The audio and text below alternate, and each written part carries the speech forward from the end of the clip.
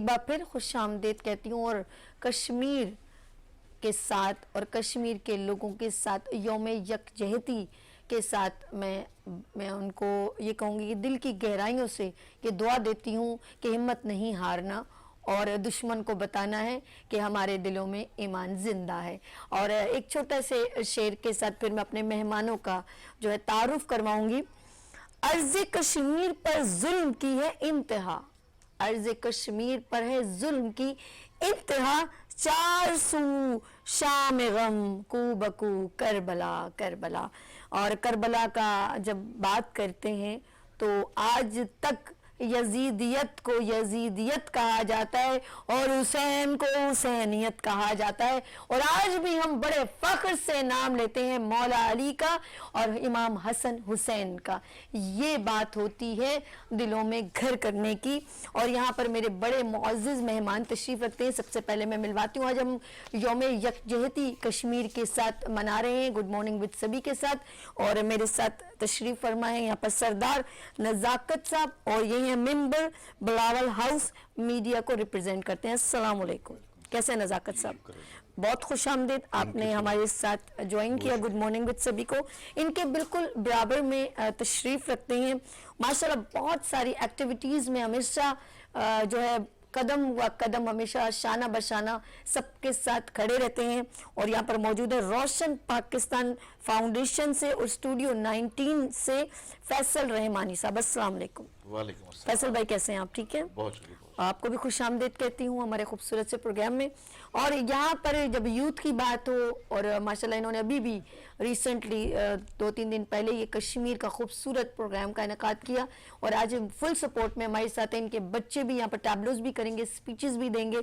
तो यहाँ पर मौजूद है IK कोचिंग सेंटर से एंड IK फाउंडेशन से इमरान खालिक साहब। अस्सलाम वालेकुम, कैसे हैं भाई? अल्लाह का शुक्रिया। बहुत बहुत आपको मैं वेलकम करती हूँ अपने खूबसूरत से प्रोग्राम में। मेरा लिए तो बहुत एजाज़ की बात है कि आज जो है मुझे अल्लाह पाक ने मौका दिया कि मैं भी कश्मीर वालों के साथ और कश्मीरियों के साथ अपना छोटा सा हिस्सा मिला। अच्छा जी, सबसे पहले मैं नज़ाकत साहब से बात करूंगी। माशाल्लाह हमेशा मैंने देखा आप कश्मीर को ख़ास तौर पर रिप्रेजेंट करते हैं बिहाफ ऑफ योर पार्टी। तो क्या कहना चाहेंगे, अभी तक कश्मीर की आज़ादी के लिए हम कहाँ तक पहुँचे हैं? देखें, जो इंटरनेशनली एक इशू है पूरी दुनिया के सामने, अनफॉर्चुनेटली पूरी दुनिया जो ट्राइका है जो पूरी दुनिया के इश्यूज को रिजॉल्व करता है, जिस तरह ईस्ट तैमूर के अंदर रेफरेंडम हुआ, हालिया स्कॉटलैंड के अंदर रेफरेंडम हुआ, उसके लिए पूरी दुनिया में इसी तरह कश्मीर के हवाले से कोशिशें की जाती हैं। और इसका सबसे बड़ा सफ़ीर पाकिस्तान के लोग हैं, पाकिस्तान की गवर्नमेंट होती है। चाहे पाकिस्तान की कोई भी गवर्नमेंट हो, चाहे मिलिट्री डिक्टेटरशिप हो या डेमोक्रेटिक गवर्नमेंट हो, वो अपने अपने तौर पे कश्मीर के हवाले से रोल अदा करती है। तो मैं ये समझता हूँ कि ज़ाहिर है किसी भी मुल्क की जो तहरीक होती है या जो उसकी आज़ादी की तहरीक होती है, फ्रीडम मूवमेंट होती है, उसमें टाइम ज़रूर लगता है। लेकिन मैं ये समझता हूँ कि जिस तरह कश्मीर के लोग रियासत जम्मू कश्मीर के लिए अपनी जान कुर्बान कर रहे हैं, अपनी मुकम्मल स्ट्रगल कर रहे हैं और अपनी जानें कुर्बान कर रहे हैं। और साथ साथ मैं बड़ी अप्रिशिएट करता हूं कि जो पाकिस्तान के चारों सूबे गिलगित बल्तिस्तान, फाटा और आज़ाद कश्मीर के लोग बिल्कुल एक सीसा पलाई हुई दीवार की तरह रियासत जम्मू कश्मीर के पीछे खड़े हैं।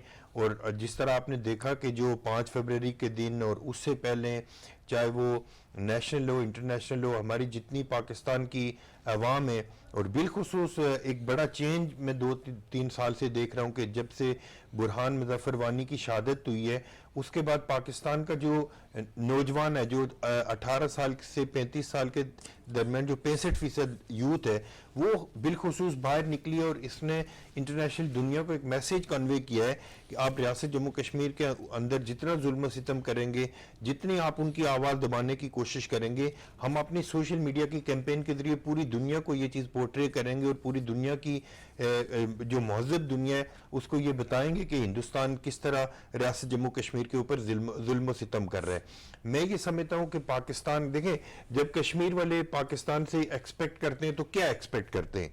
वो एक्सपेक्ट ये कर रहे हैं कि हम ये तो नहीं कहते कि आप उठ के दिल्ली और बम्बई को फतह करके दें, या आप खुदा न ख्वास्ता हिंदुस्तान पाकिस्तान दो एटमिक कुव्वतें हैं, इनके दरमियान कोई खुदा न ख्वास्ता कोई एटमिक जंग हो, बल्कि हम ये चाह रहे हैं कि जो सोशल मीडिया की कैंपेन रियासत पाकिस्तान के लोगों ने और बिलखुसूस यूथ ने बुरहान मुजफ्फर वानी की शहादत के बाद और जिस तरह 88 की तहरीक चली, जिसमें न सिर्फ कश्मीर वालों का खून शामिल है बल्कि पूरे पाकिस्तान के लोगों ने वहाँ पे जाके पार्टिसिपेट किया और पूरे पाकिस्तान के लोगों ने अपने रियासत जम्मू कश्मीर के अवाम के लिए कुर्बानियाँ दी हैं। मैं ये समझता हूँ कि यही जोश, यही जज्बा, यही हिम्मत अगर कश्मीर वालों के साथ पाकिस्तान वालों की रहेगी तो मैं आपको यकीन से कह सकता हूँ कि रियासत जम्मू कश्मीर के लोग इसलिए इसी हौसले और हिम्मत के साथ अपनी जद्दोजहद जारी रखेंगे। दूसरी बात मैं ये कहना चाहता हूँ कि गवर्नमेंट सतह पे कोई भी अपनी उनकी मजबूरियां हो सकती हैं, हमारे इकोनॉमी के क्राइसिस हैं, हमारे बहुत सारे इंटरनल इश्यूज हैं, हम खुद पाकिस्तान जो विक्टिमाइज है दहशतगर्दी और इंतहा पसंदी की वजह से, हमारे नेशनल इंटरनेशनल बहुत सारी हमें क्राइसिस का कोर इश्यूज का सामना करना पड़ता है। लेकिन जब भी कश्मीर का जिक्र आता है मुझे इस चीज पे बड़ा प्राउड फील होता है कि उस वक्त हम सारे लोग इख्तलाफात बुला के, कोई ये नहीं सोचता कि मैं कौन सी पॉलिटिकल पार्टी से ताल्लुक रखता हूँ, कौन सी जुबान बोलता हूँ, कौन से सूबे से ताल्लुक रखता हूँ, कौन से मजहब से ताल्लुक रखता हूँ, सारे लोग रियासत जम्मू कश्मीर के लिए आवाज उठाते हैं। और यही जो हौसला और हिम्मत है कि जिसकी वजह से रियासत जम्मू कश्मीर के अवाम अपनी जद्दोजहद आज जारी रखे हुए। मैं अपनी तरफ से और पाकिस्तान पीपल्स पार्टी के चेयरमैन बिलावल भुट्टो जरदारी साहब की तरफ से पूरी पाकिस्तानी कौम को अप्रिशिएट करता हूं।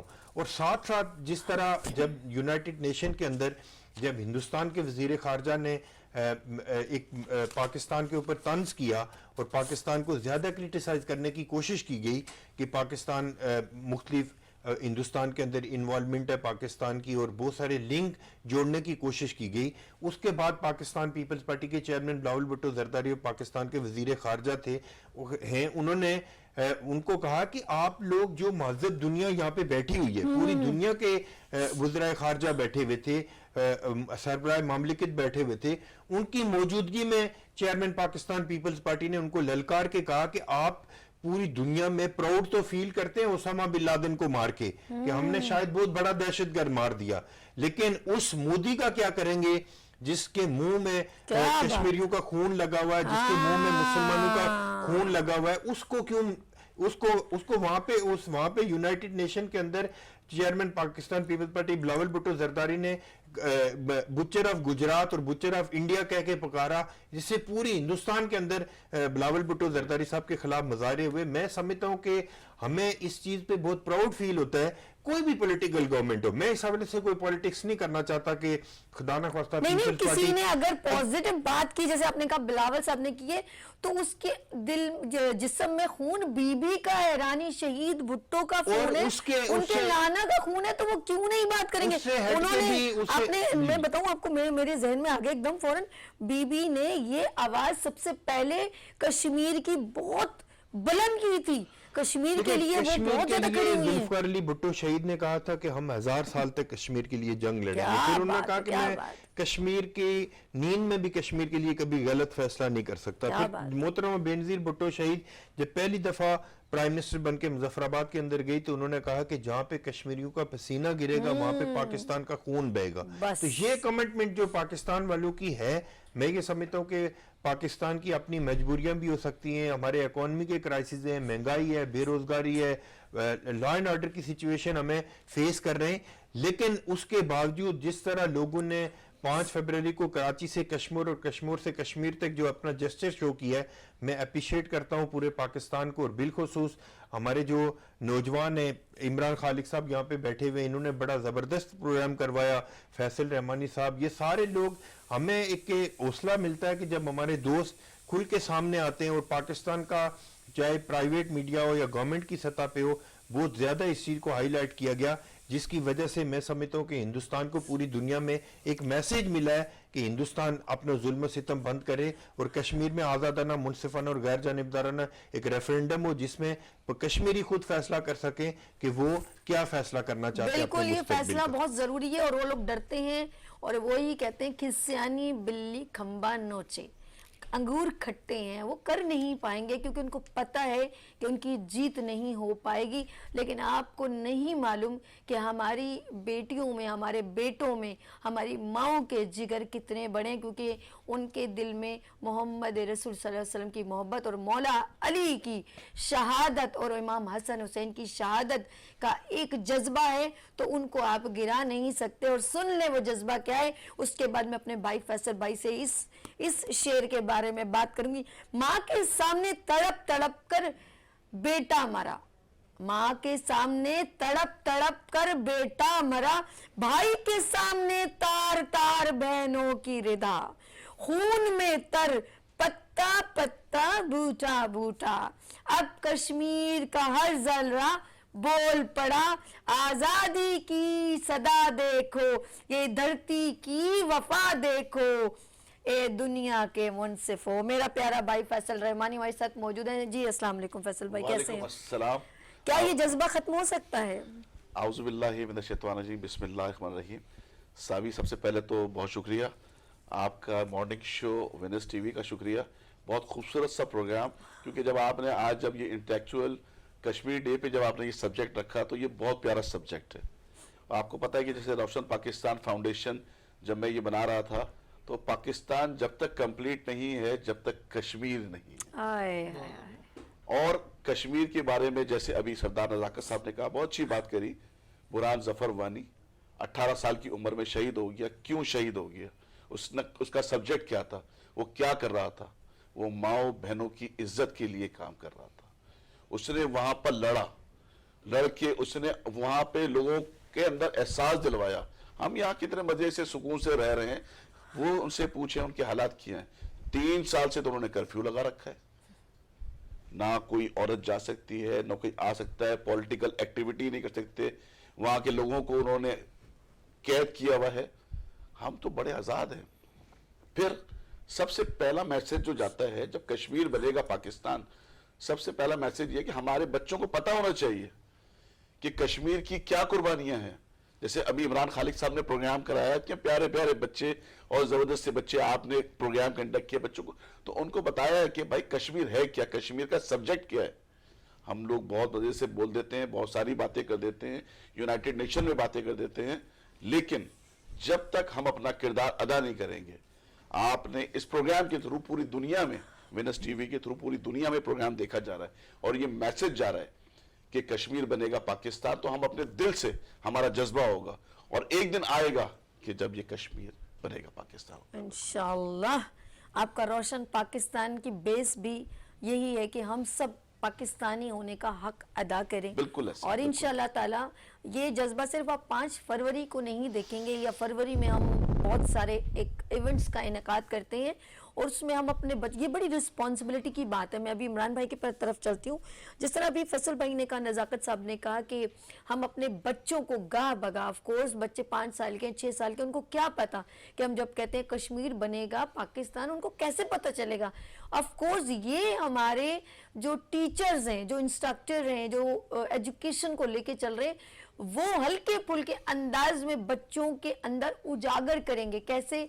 टैबलो के थ्रू, मिली नगमों के थ्रू, हमारे हुब्बुल वतनी के एक खूबसूरत नज़मों के थ्रू, और स्पीचेस यानी तकरीर के मुकाबले करवा के और तकरीरें करवा के, कुछ ड्रामों के ज़रिए, क्योंकि कश्मीर बेशक हमारे पाकिस्तान से यहाँ से दूसरा हिस्सा कहलाता है, लेकिन है तो हमारा ही है पाकिस्तान और हमारा ही है हिस्सा। हम कश्मीर को अपने से जुदा नहीं कर सकते। जिस तरह हमारे बहन भाई दूसरे सूबों में हैं, तो क्या हम अपने से जुदा कर दें? तो कैसे हो सकता है? वो हमारे बहन भाई हैं, एक सूबे में रहते हैं, तो एक शहर में रहते हैं, एक मुल्क में रहते हैं, हम कैसे उनको भूल सकते हैं? तो ये बड़ी जिम्मेदारी की बात है। जिस तरह अभी हम एक इवेंट में गए और इमरान भाई ने बड़ा खूबसूरत इवेंट किया, वहाँ ये सारी चीज़ें मैंने देखी और बच्चों के जज्बे, नन्हे मुन्ने, अभी आप टैबलो में देखिएगा, नन्हे मुन्ने बच्चों के जज्बे, उनकी ड्रेसिंग, यानी कि कश्मीर को ऐसे लग रहा था कश्मीर यहाँ छोटा सा आ गया हो यहाँ पर। तो यहाँ पर मौजूद है इमरान खालिद साहब और आई के कोचिंग सेंटर के और आई के फाउंडेशन के फाउंडर। अस्सलाम वालेकुम। वालेकुम सलाम। सबसे पहले तो सभी आपका बहुत शुक्रिया कि आपने इतने अच्छे प्रोग्राम में मुझे बुलाया और इतने मौजूद गेस्ट सरदार नज़ाकत और फैसल रहमानी साहब के साथ सुबह सुबह बैठने का मौका मिला। देखिए, बहुत अच्छी दोनों ने बातें करी हैं, मैंने सुनी हैं। मैं इसको थोड़ा सा आगे बढ़ाऊंगा कि अगर आप देखें पहले ज़माने में जो जंग होती थी वो होती थी अफवाज के दरमियान, दोनों फौजें लड़ती थी, असला जिसके पास ज़्यादा है, जज्बा ईमानी होता था। अब वो दौर चला गया है। सही। अब वो दौर कैसे चला गया है कि देखिए अब पाकिस्तान भी एटमी कुव्वत है, इंडिया भी एटमी कुव्वत है, तो अब उनको भी पता है कि जंग से हम नहीं जीत सकते और पाकिस्तान को भी पता है कि जंग से हम नहीं जीत सकते, दोनों को पता है। अब महाज चेंज हो गया है। इंडिया ने किस तरीके से अपने महाज को चेंज किया कि उन्होंने हमारे बच्चों को अपनी फिल्मों में लगाया, अपने गानों में लगाया। अब इंडियन फिल्में हर घर में देखी जा रही हैं, इंडियन गाने हर घर में सुने जा रहे हैं, इंडियन के जो कल्चर है उसको अपनाया जा रहा है। छोटे बच्चों को देख ले कि पापा हमारे यहाँ राखी का त्यौहार कब आएगा, इस तरह की बच्चों के दरमियान इस तरह की बातें करते हैं। मतलब इंडियन के वर्ड जो ड्रामों में बोले जा रहे हैं वो यूज किए जा रहे हैं, ठीक है। और बच्चों के जहन में कॉन्सेप्ट बिल्कुल चेंज होता जा रहा है, इनके साइलेंट अंदरूनी जंग है, ठीक है। सेकेंडली वो क्या कर रहे हैं कि आप ये देखिए कि बच्चों के जहन में ये कॉन्सेप्ट डाला गया, दुकानदारों ने लिख दिया कश्मीर की आजादी तक उधार बंद है। तो क्या कॉन्सेप्ट उन्होंने बच्चों के जहन में हमारे एक तरीके से उन्होंने डाला कि भाई कश्मीर कभी आजाद नहीं होगा, उधार आपको कभी वापस मिलेगा नहीं उधार, तो ये कॉन्सेप्ट डाला।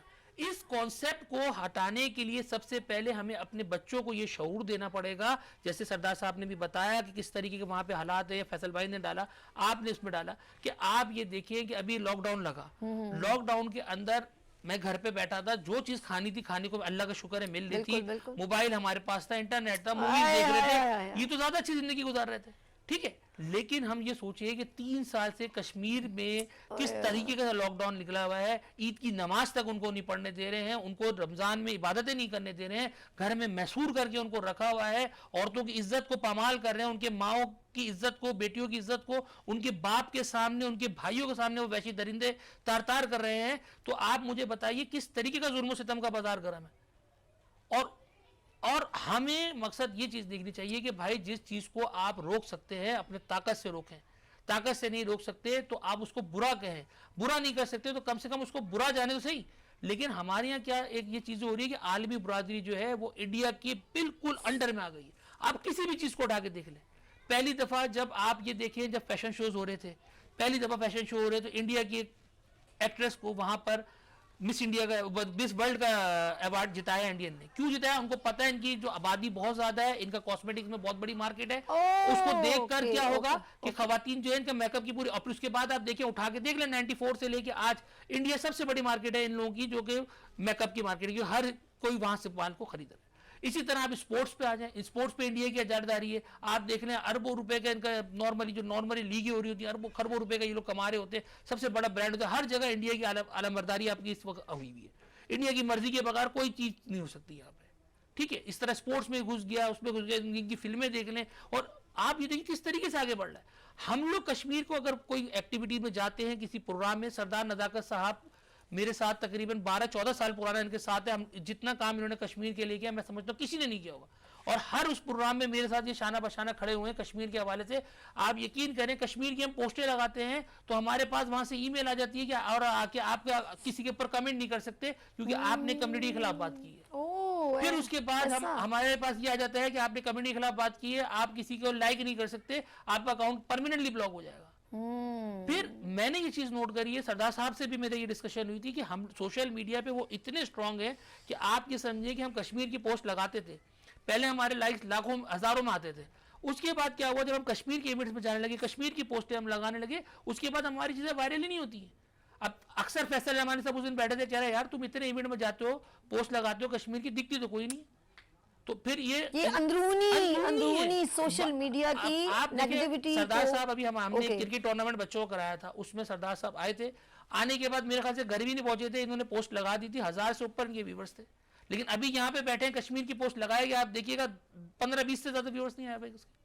वजह यह है कि वो एक सोची समझी साजिश के तहत, क्योंकि सोशल मीडिया पे पूरा होल्ड इंडियंस का है, आप लगा के देख लें थोड़ी सी कोई चीज, तो वो उसको वो नहीं करते। तो हमें सबसे पहले बच्चों को ये करना पड़ेगा कि बच्चे सोशल मीडिया पे जब ज्यादा तादाद में ये कंटेंट शेयर करेंगे, छोटे छोटे बच्चे ज्यादा तादाद में कंटेंट करें, तो भाई देखें अभी 2-4 लोग करते हैं तो उसकी कोई बात नहीं है, लेकिन जब 2-4 हजार लोग करेंगे और जब फेसबुक वाले उनकी चीजों को आगे नहीं करेंगे, तो फिर एक वक्त आएगा लोग फेसबुक छोड़ के दूसरी जगह पे जाएंगे, तो वो कभी भी वो नहीं चाहेगी, वो मजबूर हो जाएगी। तो सबसे पहले सोशल मीडिया पे हमें अवेयरनेस बच्चों को देनी है।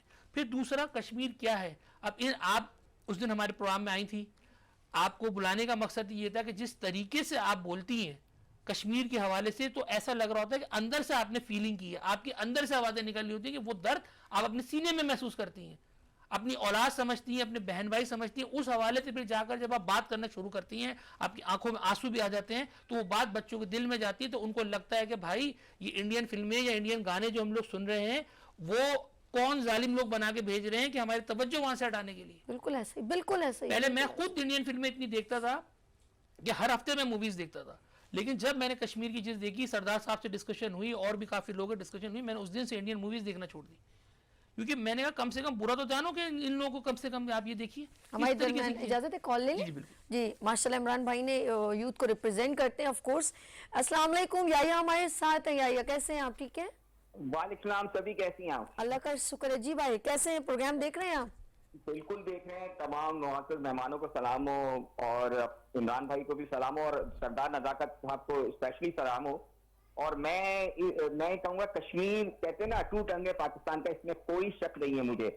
और अल्हम्दुलिल्लाह हम जब तक हम सुकून से नहीं बैठेंगे जब तक कश्मीर आजाद नहीं होगा, इंशाअल्लाह इंशाअल्लाह। बात ये है कि मेरी बहन, मसला ये है कि अभी इन्होंने बात की ना, हमारा प्रॉब्लम ये है कि वो हमारे खिलाफ इतना प्रोपेगेंडा करते हैं, ठीक है, हम उनके प्रोपेगेंडे को प्रोपेगेट करते हैं, हम उनका काउंटर नहीं करते। अगर मेरे पास और जिम्मेदार हो तो मैं उनको बताऊं कि वो किस किस्म की घटिया हरकतें करते हैं। और वो हमारे पास जो लोग हैं ना, वो हमें चाहिए, जैसे बैठे हुए इमरान भाई जैसे लोग हैं, इनको रिप्रेजेंट करें। भाई क्या आप बताएं, हम उनकी फिल्में वो देखते हैं जिसमें पाकिस्तान और कश्मीर की तौहीन होती है, तो ये हमारी गलती है। और दूसरी बात यह कि सरदार नज़ाकत साहब से मैं कहूंगा, मैं बेनज़ीर तो नहीं बोल सकता, इसलिए कि उन्होंने कश्मीर को लिए बहुत काम किया, सबने काम किया, लेकिन वो आवाज उठाती थी, इंटरनेशनल फोरम पे आवाज उठाती थी। और मैं कहता हूं कि हम वो जो दोहरा मियार है हमारे आलमी इदारों का, उनको शर्म आनी चाहिए कि जिस तरह कश्मीरों के साथ एक हॉस्टेज बना के पूरी वैली को रखा हुआ है उन्होंने, और कोई उनपे एक्शन नहीं हो रहा। दुनिया भर में एक्शन होते हैं और वो जरा सी बात पे वो अक़वाम मुत्तहिदा खड़े हो जाती है, लेकिन हमारे यहाँ क्या होता है कि हमारे यहाँ जो उनको मुसलमान है वो क्योंकि उनका तवज्जो नहीं देते। लेकिन एक बात जो हमें समझने की है ना, ये जो हम जो डिस्कस कर रहे होते हैं, जो बात कर रहे होते हैं, यौम यकजहती बना रहे होते हैं, ये हमें बच्चों के अंदर सराहियत करनी है ताकि उनको एहसास हो कि हम यहाँ बनना है पाकिस्तान। आज कश्मीर में आप देखें कोई क्रिकेट मैच हो, पाकिस्तान जीतता है, पाकिस्तान के झंडे उठाते हैं। हमने उनको नहीं कहा झंडे उठाएं, क्योंकि उनको पता है कि पाकिस्तान उनको सपोर्ट करने वाला मुल्क है, वाहिद मुल्क है जो लोगों ने जाने भी नहीं उसके लिए।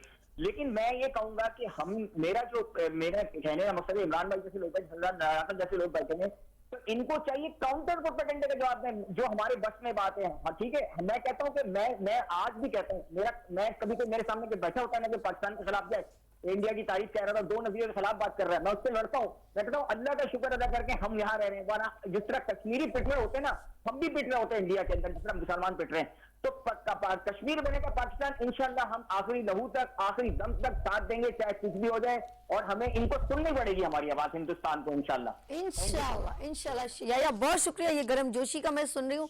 और एक बात, आपकी बात आगे बढ़ाते हुए, जब इन्होंने कहा कि सारी दुनिया अक़वाम मुत्तहिदा सुन रही है, लेकिन वो कुछ और बात होती है तो सब जुट जाते हैं और एक आवाज़ बन जाते हैं, लेकिन 70 साल से ज़्यादा गुजर गए, उनको नज़र नहीं आया। कभी कभी मैं देखती हूँ कहीं एक उनके डिफरेंट कंट्री की, मैं नाम किसी भी कंट्री का नहीं लेना चाहती, कभी कभी आपने देखा होगा कि कोई भी अगर एक बत्तख का बच्चा या पानी में गिर जाए तो सारी उसकी मोहब्बत में ये कर रहे हैं वो कर रहे हैं, तो आपको तकलीफ़ नहीं होती? ये जो मुनसिफ बैठे हुए हैं अक़वाम मुत्तहिदा में, मैं सबकी बात करी हूँ, आपको दुख नहीं होता? आपको तकलीफ़ नहीं होती है कि आप कहते हैं ज़बान, अगर मेरे मुंह में ज़बान ना हो तो क्या आप एहसास नहीं करोगे? मेरे हाथों में लकीरें ना हो तो मेरी किस्मत नहीं होगी क्या? मैं चल के नहीं जाऊँ तो मेरा चलना, मेरी बात करना बेकार है? ऐसा कुछ भी नहीं होता। ईमान और दिल की नीयत, जो मेरा रब पूरे जिस्म का आपका कोई हिस्सा ना हो फिर भी दिल का जिक्र मेरा रब कबूल करता है। तो आप ये बताएं मुझे, मेरी सोचों में ये बात आती है, तो आप लोगों के कहाँ चले गए? चाहे आप किसी भी मज़हब में हो, इंसानियत का सबसे बड़ा मज़हब है, कहाँ चला गया आपका दिल का मज़हब, आपकी इंसानियत? जी जी जी, मैं ब्रेक की तरफ के बाद वापस आऊँगी तो फिर आप बताइएगा। बिल्कुल ठीक है। तो बात है कि मैं कहती हूँ किसी भी मज़हब से, इंसानियत से खाली नहीं होना चाहिए, और सबसे बड़ा मज़हब मेरी नज़र में इंसानियत है। यहाँ लेंगे छोटी सी ब्रेक और मिलते हैं ब्रेक के बाद गुड मॉर्निंग विद सभी के साथ।